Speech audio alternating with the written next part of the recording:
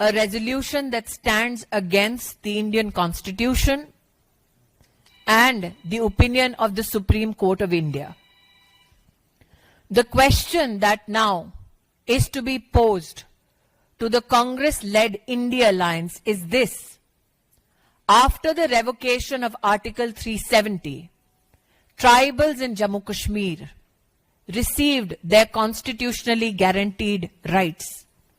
After the revocation of Article 370, the Dalit and OBC community in Jammu and Kashmir received, after years of struggle, their constitutional rights.